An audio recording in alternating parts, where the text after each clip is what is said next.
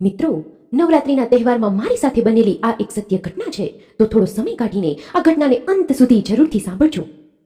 મારું નામ આરતી છે. હું અને મારો પરિવાર અમદાવાદ શહેરમાં રહીએ છીએ. મારા પરિવારમાં મારા મમ્મી પપ્પા અને હું એમની એકની એક સંતાન હતી. આજે હું તમને મારા જીવનની એક એવી ઘટના જણાવવા માંગુ છું, જે ઘટના સાંભળી તમારું પણ હૃદય કંપી ઉઠશે. દુનિયાની દરેક સ્ત્રીને પ્રેરણા મળે એવી આ ઘટના તમારી આંખો ઉઘાડી દેશે.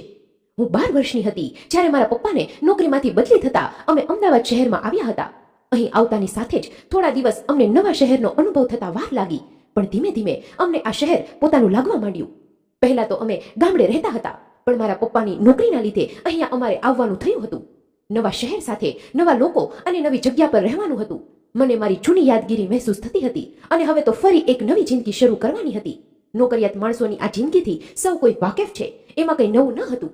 મારા મમ્મી પપ્પાને હું એકની એક સંતાન હોવાથી એમણે મને પૂરેપૂરા લાડકોડમાં ઉછેરી હતી. નાનપણથી જ મને તૈયાર થવાનો અને ચણિયાચોળી પહેરવાનો ગાંડો શોખ હતો. હું રોજ મારા મમ્મી પાસે મને તૈયાર કરવાની જીદ કર્યા કરતી. નાનપણથી જ ઘરમાં એકલી હોવાથી મારા મમ્મી પપ્પાએ મારી બધી જ જીદ અને માંગણી પૂરી કરી હતી. અને સાથે સાથે હું પહેલેથી જ એકલી રહેવાવાળી વ્યક્તિ હતી, કારણ કે ઘરમાં કોઈ બીજાનો સાથ ન હતો. એટલા માટે હું વધારે એકલા રહેવાનું જ પસંદ કરતી હતી. ક્યારેક મારા મમ્મી પપ્પા મને કોઈ પાર્ટીમાં કે કોઈ ફંક્શનમાં સાથે લઈ જાય તો પણ હું ઘરે જવાની જીદ કર્યા કરતી. મારા પપ્પાએ શહેરની એક નાની સ્કૂલમાં મારું એડમિશન કરાવી આપ્યું અને નવી સ્કૂલમાં આજે મારો પહેલો દિવસ હતો. અંદરથી તો મને ખૂબ ગભરાટ થતો હતો, કેમ કે અહીંયા હું કોઈ પણને ઓળખતી ન હતી. હજી તો માંડ મારી જૂની શાળામાં મને મજા આવવા લાગી હતી, ત્યાં તો મારે બીજી શાળામાં ભણવાનું થયું. મારા પપ્પા મને પહેલા દિવસે મારી શાળાએ મૂકી ગયા અને મારા માથા પર હાથ મૂકીને કહ્યું, બેટા, એમાં ગભરાવાની જરૂર નથી. બધાને પોતાના સમજીને રહેવા લાગજે, એટલે તને મજા આવશે. હું તો આમ પણ લોકો સાથે કોઈ ખાસ વાતચીત કરવા વાળી ન હતી, અને એમાં પણ આજે આ નવા લોકો સાથે રહેવા માટેનો પહેલો દિવસ હતો. મેં શાળાની અંદર પ્રવેશ કર્યો અને મારા ક્લાસરૂમમાં પહોંચી ગઈ. ક્લાસ આખો વિદ્યાર્થીઓથી ભરેલો હતો. મને જોઈને ત્યાં રહેલા અમુક વિદ્યાર્થીઓ મારી ઉપર હસી મજાક ઉડાવતા અને મારી સાથે હાથ કરી ખડખડાટ હસતા રહ્યા. હું નીચે જોઈને આગળ ચાલવા લાગી અને મારી બેન્ચ પર જઈને બેસી ગઈ. લેક્ચર પૂરો થતા 10 મિનિટનો બ્રેક પડ્યો અને એમાં હું બસ મારી બેન્ચ પર બેઠી હતી અને પાછળથી અમુક લોકો બોલતા હતા કે જો તો ખરી કેવી ચોટલી વાળીને આવી છે, ગામડિયન લાગે છે. અને આ એક વિદ્યાર્થીની વાત સાંભળી આસપાસ રહેલા બધા જ મારી સામે જોઈને હસવા લાગ્યા. મને બહુ ખરાબ લાગતું હતું. હું ધારું તો પણ આ લોકોને કઈ જવાબ દઈ શકું એમ ન હતી. હું તો બસ આજનો દિવસ પૂરો થાય એની જ રાહ જોઈને બેઠી હતી. શાળા પૂરી થઈ અને મારા પપ્પા મને લેવા આવ્યા. મારો ચહેરો જોઈને એ સમજી ગયા કે આજે મને શાળાએ મજા નથી આવી. છતાં મેં એમને કંઈ કહ્યું નહીં અને એમણે મને દિલાસો આપતા કહ્યું કે બેટા, હજુ તો આજે પહેલો દિવસ હતો, ધીમે ધીમે તને ગમવા લાગશે. એ દિવસની રાત્રે તો મને ઊંઘ પણ નહોતી આવતી. મને એ જ વિચાર આવ્યા કરતા હતા કે હવે કાલે સવારે મારી સાથે આ લોકો શાળાએ શું કરશે. દિવસે ને દિવસે મારા ક્લાસમાં રહેલા આ વિદ્યાર્થીઓનો ત્રાસ વધતો ગયો. ક્યારેક તો એ સર મેડમની હાજરીમાં પણ ચિઠ્ઠી ચબરકી મારીને મને હેરાન કર્યા કરતા. એક દિવસ તો જાણે હદ થઈ ગઈ. એમાંથી 2 લોકોએ મને કહ્યું કે તને કમ્પ્યુટર લેબમાં મેડમ બોલાવે છે. અને હું કમ્પ્યુટર લેબમાં ગઈ. ત્યાં જઈને જોયું તો ત્યાં કોઈ પણ હાજર ન હતું અને મને થયું કે આ લોકો મને હેરાન કરવા માટે અહીંયા મોકલી હશે. હું રવાના થવા પાછળ ફરી અને ધડ કરીને દરવાજો બંધ કરી દીધો અને બહારથી લોક કરી દીધો. હું દોડીને દરવાજા તરફ ગઈ અને જોર જોરથી મારો હાથ દરવાજા તરફ ઠપકારવા લાગી. બૂમાબૂમ કરીને રડવા લાગી, પણ કોઈ મારો અવાજ સાંભળતું ન હતું. આજે તો આ લોકોએ મને એટલી હેરાન કરી દીધી કે હું મારા મમ્મી પપ્પા પાસે પણ કેવી રીતે જઈશ એ વિચારીને મને વધારે ને વધારે રડવું આવતું હતું. આમ તો પહેલેથી જ હું એકલી મોટી થયેલી હતી અને વધારે કઈ અનુભવ ન હતો, એટલા માટે મનથી થોડી ડરપોક હતી. નાની નાની વસ્તુમાં ગભરાઈ જતી હતી. મારા પપ્પા ઘણીવાર મને સમજાવતા કે તું થોડી બહાર નીકળ, દુનિયાને સમજ, તો આ દુનિયા સામે લડવાની તારામાં તાકાત આવશે. પણ મને એમની વાતમાં કંઈ પણ રસ હતો નહીં. ઘણી મથામણ કર્યા પછી કોઈ પણ આ દરવાજો ખોલવા ન આવ્યું. હવે તો મારો અવાજ પણ બૂમો પાડીને બેસી ગયો હતો. મેં આસપાસ નજર કરી કે ક્યાંકથી કંઈક રસ્તો મળે કે હું બહાર નીકળી શકું, પરંતુ કમ્પ્યુટર લેબની બધી જ બારીઓ બહારથી બંધ હતી. આસપાસ કોઈ વસ્તુ પણ ન હતી કે હું એની મદદથી બહાર નીકળી શકું. મારા લેબમાં ગયાને ઘણો સમય થઈ ગયો હતો. મારું મન ખૂબ ગભરાતું હતું અને એ જ ગભરાટમાં હું બેહોશ થઈ ગઈ. એના ઘણા સમય પછી મારી આંખ પર પાણીનો છટકારો આવ્યો અને મને હોશ આવ્યો. મેં ધૂંધળી આંખ સામે નજર કરી તો મારા પપ્પા હાફડા ફાફડા થઈને મને પોતાના ખોળામાં લઈને બેઠા હતા. મારા પપ્પાને જોઈને હું રડવા લાગી. પછી મેં મારા પપ્પાને અત્યાર સુધી બધી વાત જણાવી. થોડી વાર તો મારા પપ્પા ગુસ્સે થઈ ગયા અને અમારા પ્રિન્સિપાલને આ લોકોની ફરિયાદ કરી દીધી. પ્રિન્સિપાલે પણ કડક કાયદા લીધા અને આ લોકોને સજા આપી પછી મારા પપ્પા મને ઘરે લઈ ગયા. રસ્તામાં હું એક પણ શબ્દ બોલી ન હતી. હજુ મારા હાથ અને પગ ધ્રુજતા જ હતા. ઘરે જઈને મારા પપ્પાએ મને એની પાસે બેસાડી માથા પર હાથ ફેરવીને કહ્યું, બેટા, એક વાત હંમેશા જિંદગીમાં યાદ રાખજે, જ્યારે પણ મુસીબતમાં હોઈએ ત્યારે બીજાની મદદની અપેક્ષા કરતા પોતાના પર વિશ્વાસ રાખવો જોઈએ, જેથી ગમે એવડી મુસીબત હોય તમે એમાંથી બહાર નીકળી શકો. અને માણસની સાચી લડાઈ તો એના ડર સામે જ હોય છે.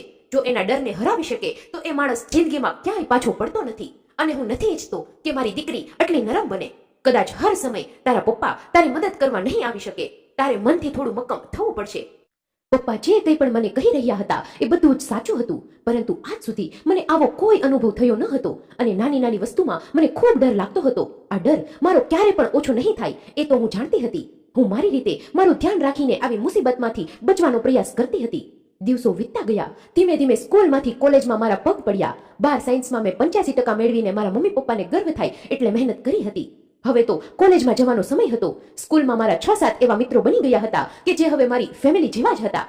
અમે બધાએ એક જોડે જ એક જ કોલેજમાં એડમિશન લીધું હતું. હું તો પહેલેથી જ ડિસિપ્લિનમાં રહેવાવાળી અને ક્યારેક ક્યારેક મજાક મસ્તીમાં પણ ભાગ લેવાવાળી હતી. ઉંમરની સાથે ભગવાને મને સુંદરતા પણ હાથ ખોલીને આશીર્વાદમાં આપી હતી. અમારા પરિવારના બધા જ લોકો મારા મમ્મી પપ્પાને કહ્યા કરતા કે તમારી દીકરી તો ખૂબ દેખાવડી છે, આને તો કોઈ પણ સારો મૂર્તિઓ મળી જશે. આ લોકોની વાત સાંભળી મને થોડો ગુસ્સો આવી જતો કે સમાજના લોકો હંમેશા છોકરીનો રૂપ જોઈને જ એને પસંદ કરે છે.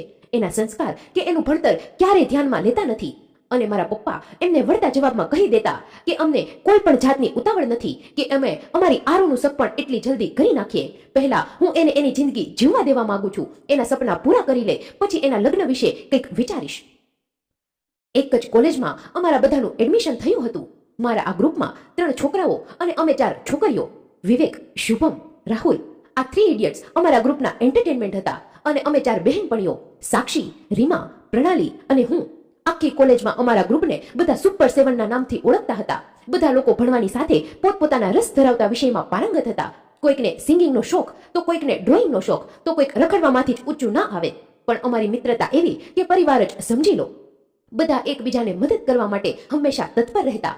ક્યારેક કોલેજમાંથી કોઈ છોકરા અમને કારણ વગરની કોઈ સડી કરે તો અમારા આ 3 બોડીગાર્ડ એમનો વારો કાઢી નાખે. કોલેજમાં બધી જ એક્ટિવિટીમાં અમે લોકો ભાગ લેતા રહેતા. બધા તહેવારો, ફંક્શનો, હર એક વસ્તુમાં અમારું સ્થાન હંમેશા પહેલા નંબરે જ આવતું હતું. ક્યારેક તો આ લોકો મારી મજાક ઉડાવતા કહેતા રહેતા કે આરુ, આમ તો તું બહુ હોશિયાર છે, પણ એક વાતનો અફસોસ છે યાર કે તું બહુ ડરપોક છે. નાની નાની વસ્તુમાં આમ કોણ ડરે? તને તો કોઈ પાછળથી બોલાવે તો પણ તું ઝપકી જાય છે. આમ કરીશ તો જિંદગીમાં શું આગળ વધીશ? હું એ લોકોને કહેતી કે બસ હવે કરાટેની ટ્રેનિંગ શરૂ કરવી છે, પછી તમે બધા જુઓ એક એકને એવા મુક્કા મારીશ કે અહીંયા ને અહીંયા ઢેર થઈ જશો. અને બધા ખડખડાટ હસવા લાગતા. અભ્યાસની સાથે અમારી મજાક મસ્તી પણ હંમેશા જરૂર હતી. એમાં પણ નજીકના દિવસોમાં જ મારો ફેવરેટ તહેવાર એટલે કે નવરાત્રી આવવાની હતી.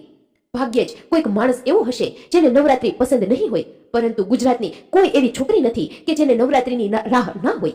નાનપણથી જ મને ગરબાનો ખૂબ શોખ હતો. સાથે સાથે બધા લોકો મને ગરબા ક્વીન પણ કહેતા હતા. નવરાત્રી આવે અને હું તો જાણે ગાંડી તૂર બની ગઈ હોય એવી રીતે નવરાત્રીની તૈયારી કરતી હોય. નવરાત્રીના 2 મહિના અગાઉ કયા દિવસે શું પહેરીશ, કેવી રીતે તૈયાર થઈશ અને કેવા કપડાં લઈશ એના એજન્ડા મારી નોટબુકમાં લખાવા માંડ્યા હોય. સાથે મારા ગ્રુપમાં પ્રણાલી અને રાહુલને ગરબા આવડતા ન હતા, એટલા માટે એ લોકો રમવાની ના કર્યા કરતા. હું તો ગરબાની શોખીન હતી એટલે પહેલેથી જ મને બધા જ ગરબા આવડતા હતા. હું એમને આશ્વાસન આપતા કહેતી કે તમે ચિંતા ન કરો, હું તમને શીખવાડી દઈશ અને પછી આપણે બધા મળીને ગરબા રમીશું. કારણ કે જિંદગી અને ગરબામાં કયું ડગલું આગળ અને પાછળ ભરવું, જો એ આવડી જાય તો તમે સાચા ખેલૈયા છો એમ સમજી લેવું. અને બધા મારી મજાક ઉડાવતા કહ્યા કરે, વાહ આરુ દેવી વાહ, શું પ્રવચન આપ્યું છે તમે. નવરાત્રીના દિવસોમાં મારા ચહેરા પર અલગ જ રોનક છવાઈ ગઈ હોય. મારા પપ્પા સાંજ પડે અને મને ગરબા રમવા માટે મૂકી જાય. ગરબા પૂરા થાય પછી હું એમને ફોન કરીને જાણ કરું અને એ મને ફરી લેવા માટે આવી જાય. આ કાર્યક્રમ 9 દિવસ શરૂ રહે. આ વખતે તો આ શહેરમાં મારી પહેલી નવરાત્રી હતી અને આજ સુધી મેં અમદાવાદની નવરાત્રીનું ખૂબ સાંભળેલું હતું અને ક્યારેક ઈચ્છા પણ હતી કે હું એક દિવસ પણ અહીં જરૂર આવીશ. અને ભગવાને મારી એ ઈચ્છા આજે પૂરી કરી હતી. હંમેશાની જેમ મારા પપ્પા મને પાર્ટી પ્લોટ ઉપર મૂકીને ઘર તરફ ગયા. હું અને મારા બધા જ મિત્રો એકઠા થયા અને હસી મજાક કરતા કરતા અંદર ગયા. અંદરનું વાતાવરણ એટલું જ ઉત્સાહિત હતું કે જાણે તો સંગીત સાંભળી મારા પગ સ્થિર થવાનું નામ નહોતા લેતા. માતાજીની આરતી કરી બધાએ ગરબે રમવાનું શરૂ કર્યું. મારા મિત્રો તો મને જોતા જ રહેતા કે આરુમાં તો જાણે આપણે દીપિકા પાદુકોણ આવી ગઈ હોય એવી રીતે ગરબા રમવા લાગી છે. ગરબા એક એવી વસ્તુ છે કે જે એક ગુજરાતીના અંતર આત્મામાં વસેલું હોય છે. ગમે એવા ઉદાસ માણસના ચહેરા પર તેજ લગાવી દે એવું છે. નવરાત્રીના દિવસો પસાર થતા રહ્યા. એક દિવસ અમે બધા ગરબા પૂરા કરીને બહાર નીકળ્યા અને મેં મારા પપ્પાને લેવા માટે ફોન કર્યો. મારા મમ્મીએ મને ફોનમાં જણાવ્યું કે પપ્પાની તબિયત અત્યારે થોડી ઠીક નથી, એટલા માટે પપ્પા મને લેવા આવી શકે એમ નથી. મને પપ્પાની ચિંતા થવા લાગી અને મેં મમ્મીને કહ્યું કે કંઈ વાંધો નહીં, તમે પપ્પાનું ધ્યાન રાખો, હું મારી રીતે મેનેજ કરીને ઘર સુધી પહોંચી જઈશ. સાક્ષી અને રીમા તો બંને એક જ સોસાયટીમાં રહેતી હતી, એટલે એ બંને તો સાથે જ નીકળી ગઈ. વિવેકને તો એના મોટા ભાઈ સાથે જવાનું હતું, એટલે એ તો ત્યાં જ અંદર બેઠો અને પ્રણાલીને એનો ભાઈ લેવા માટે આવી ગયો હતો, એટલે એ પણ ત્યાંથી રવાના થઈ. પછી તો હું અને શુભમ અમે બંને જ બચ્યા હતા. મેં શુભમને કહ્યું કે અહીંયાથી જ કોઈક ઓટો શોધીને હું મારા ઘરે જતી રહું. મારા પપ્પાની આજે થોડી તબિયત ખરાબ છે, એટલે એ મને લેવા આવી શકે એમ નથી. શુભમે મને કહ્યું કે તું ચિંતા ન કર, હું તને ઘર સુધી મૂકી જઈશ. પહેલા તો મેં એને ના પાડી, પણ ઘણી વાર સુધી ઓટોની રાહ જોવા છતાં પણ કોઈ ઓટો જોવા મળતી ન હતી. અંતે કંટાળીને શુભમે મારા ઘરે મૂકી જવા માટે મેં હા પાડી દીધી. અમે બંને એની બાઇક પર ઘરે જવા માટે નીકળ્યા. રાતના સમયે હું બહુ ઓછી ઘરની બહાર નીકળતી હતી અને દરરોજ ગરબા રમીને હું વહેલી જ ઘરે જતી રહેતી હતી. પણ આજે છેલ્લો દિવસ હોવાના લીધે અમે બધાએ દિલથી ગરબા રમ્યા હતા અને સમય પણ ઘણો વધારે જ થઈ ગયો હતો. મને મનમાં ને મનમાં મારા પપ્પાની ચિંતા થતી હતી, એટલે તો હું બસ ઘરે જ પહોંચવા માંગતી હતી. ઘનઘોર અંધારું અને આસપાસ કૂતરાઓનો અવાજ મને થોડો ડર લાગતો હતો. મેં શુભમને કહ્યું કે આજે મેઇન રોડ ઉપરથી જ ગાડી ચલાવજે, અંધારામાં હું બાઇક ઉપર નહીં જાઉં, કારણ કે મારા પપ્પા તો રોજ કાર લઈને મને લેવા આવતા હતા, એટલે આવા અંધારાનો મને કોઈ ડર લાગતો ન હતો. શુભમે મને કહ્યું કે તું કોઈ ચિંતા ના કર, બસ શાંતિથી બેઠી રહે, મને ખબર છે કે મારે શું કરવું જોઈએ. હું બસ મારા ફોનની ઘડિયાળ સામે નજર કરીને મારું ઘર આવવાની રાહ જોઈને બેઠી હતી અને મારી નજર રસ્તા પર પડી. મને લાગ્યું કે આ મારા ઘરે જવાનો કોઈ રસ્તો નથી. મેં તરત શુભમને કહ્યું કે તું આ ક્યાં રસ્તા પર લઈ જાય છે, અહીંયાથી મારું ઘર નથી આવતું. એણે મને કહ્યું કે આ મારા ઘર સુધી ઝડપથી પહોંચવાનો શોર્ટકટ છે. મને થયું કે એ પણ મને ઝડપથી ઘરે પહોંચાડવા માટે આ શોર્ટકટમાંથી ગાડી ચલાવતો હશે, અને હું શાંતિથી ગાડીમાં બેઠી રહી. આસપાસ માત્ર ઝાડી ઝાકરી અને નાનકડી કેડીવાળો રસ્તો, ચારે તરફ અંધારું અને રસ્તો પણ સુમસામ. મારો જીવ ગભરાવા માંડ્યો અને મેં શુભમને ગભરાતા ગભરાતા કહેવા લાગી કે તું અહીંયાથી ગાડી વાળી લે, ભલે ઘરે જવામાં મોડું થાય, પણ તું આવા રસ્તા પર ગાડી ના ચલાવ. શુભમે મને કહ્યું કે માંડ આજે મોકો મળ્યો છે તો મારા રસ્તામાં આડી ના આવ, મને જે કરવું હોય તે કરવા દે. શુભમની આ વાત સાંભળી મારા મનમાં થોડી શંકા થઈ કે આ શું બોલી રહ્યો છે અને એ મને આવા સુમસામ રસ્તા પર કેમ લઈ જાય છે. થોડી વાર રહીને એણે એક રસ્તા પર ગાડી ઊભી રાખી. આસપાસ દૂર દૂર સુધી જંગલ જેવું જ દેખાતું હતું અને આ એક નાનકડી કેડી જ્યાં એણે ગાડી ઊભી રાખી ત્યાંથી આગળ કોઈ રસ્તો જ ન હતો અને બાજુમાં જ એક મોટી ખાઈ હતી. આસપાસ કોઈ પણ લોકોની અવરજવર ન હતી. મને મનમાં નબળા વિચાર આવવા લાગ્યા કે શુભમ શું કરી રહ્યો છે. હું તો એના પર ગુસ્સે થઈ ગઈ અને શુભમને કહેવા લાગી કે તને ભાન છે કે તું ક્યાં આવ્યો છે? મારે ઘરે જવાનું મોડું થાય છે અને તું અત્યારે આ ક્યાં લઈને જઈ રહ્યો છે? એણે મારી સામે નજર કરીને કહ્યું કે મને બધી જ ખબર છે કે હું ક્યાં આવ્યો છું અને કેમ આવ્યો છું. ખબર નહીં કેમ, પણ મને આજે એની આંખમાં કંઈક બીજું જ દેખાતું હતું, જાણે તો એની નિયત બગડી હોય એવો મને આભાસ થતો હતો. પછી એણે એક સુમસામ જગ્યા પર એની ગાડી ઊભી રાખી અને મને નીચે ઉતરવાનું કહ્યું. હું બહુ ગભરાઈ ગઈ અને એને કહેવા લાગી કે પ્લીઝ મને મારા ઘરે પહોંચાડી દે, આ તું મને ક્યાં લઈને આવ્યો છે? એટલી વારમાં તો મને મારી પાછળથી કંઈક અવાજ આવ્યો. મેં ગભરાઈને મારી પાછળની તરફ જોયું તો બે છોકરાઓ અમારી તરફ આવી રહ્યા હતા. આ બંનેને આવી રીતે શુભમની સાથે ઊભા રહી ગયા અને આ આવેલા છોકરાઓ મને ખરાબ નજરથી જોતા અને ચહેરા પર કંઈક અલગ પ્રકારનું જ હસતા હતા. શુભમ મારી પાસે આવ્યો અને કહેવા લાગ્યો કે કેટલાય સમયથી રાહ જોઉં છું કે ક્યારે તું મને એકલી મળે, પણ તારા જેવી ડરપોક ક્યારે હાથમાં લાગી ન હતી. આજે માંડ લાગમાં આવી છો તો કેવી રીતે છોડું તને? અને આ ત્રણેય લોકો મારી નજીક આવવા ગયા. હું એક એક ડગલા પાછળ ભરતી એમ આ લોકો એક એક ડગલા આગળ આવતા. મને કંઈ સમજાતું ન હતું કે હવે મારી સાથે શું થવાનું છે. મિત્રો, આગળની ઘટનામાં શું બન્યું તેની વાત કરીએ તેના પહેલા જે પણ મિત્રો આપણો રેગ્યુલર વિડીયો નિહાળી રહ્યા છે અને રેગ્યુલર આપણા વિડીયોમાં કમેન્ટ કરી રહ્યા છે તે લોકોના નામ અમે આનંદ સાથે અહીં ઉલ્લેખ કરી રહ્યા છીએ. તે નામ આ પ્રમાણે છે: અરલેશાબેન ચૌધરી, હેમાબા વાઘેલા, વૈશાલીબેન શાહ, સમીમ ખાન, રસીલાબેન, સુધાબેન ત્રામડિયા, સુરતથી વિરલભાઈ, સુરેશભાઈ મહેતા, સ્વાતિબેન ઓઝા, વર્ષાબેન ગામિત, શોભનાબેન, મનુભાઈ વાગડિયા, સુરતથી રાજેશભાઈ, સોનલબેન પરમાર, સરોજબેન, મધુબેન કાકડિયા, શારદાબેન પટેલ, લીનાબેન પટેલ, પ્રવીણભાઈ પટની, કિંજલબેન પટેલ, બનાસકાંઠાથી સુરેશભાઈ જોશી, ઝાલા ચંપાબેન, હળવદ જાગૃતિબેન, આ બધા જ મિત્રો આપણા આગળના વિડીયોમાં ખૂબ સરસ મજાની કમેન્ટ કરી રહ્યા છે, જેમનો અમે હૃદયપૂર્વક આભાર માનીએ છીએ. મિત્રો, જો આમાંથી કોઈ પણ લોકોના નામ બાકી રહી જતા હોય તો આવતા એપિસોડમાં અમે જરૂરથી તે નામનો ઉલ્લેખ કરવાની કોશિશ કરીશું. પરંતુ આપ દરેક એપિસોડમાં કમેન્ટ કરતા રહો, સાથે આપનું નામ પણ લખતા રહો, જેથી અમને આપના નામ બોલવામાં સરળતા રહે.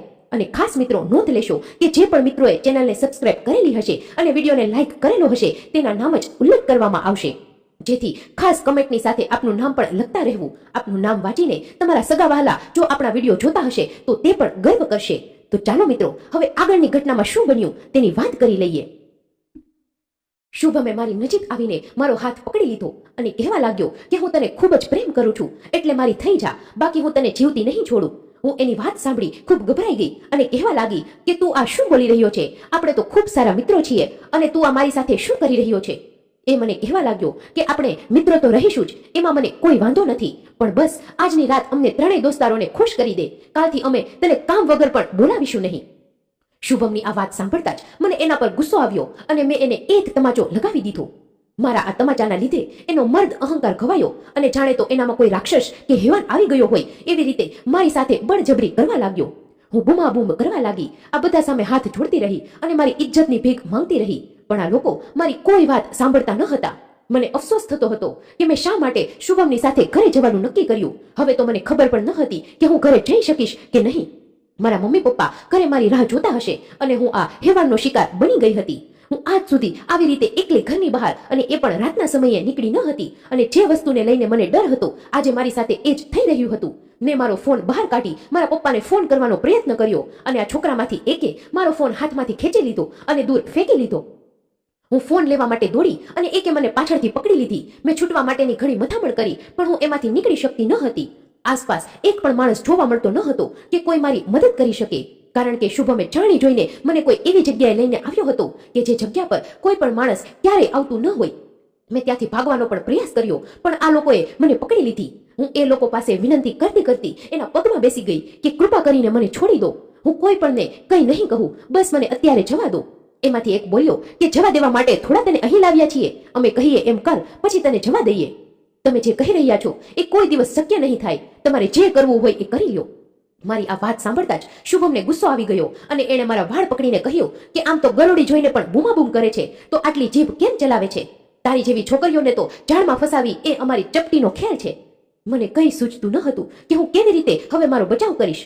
અચાનક મારા પપ્પાને યાદ કરતા મને એમના કહેલા શબ્દો યાદ આવ્યા કે જિંદગીમાં સૌથી મોટી લડાઈ આપણે આપણા ડર સાથે જ લડવાની હોય છે. જો આપણે એને હરાવી દઈએ તો આપણે જિંદગીમાં જીતી ગયા સમજી જવાનું.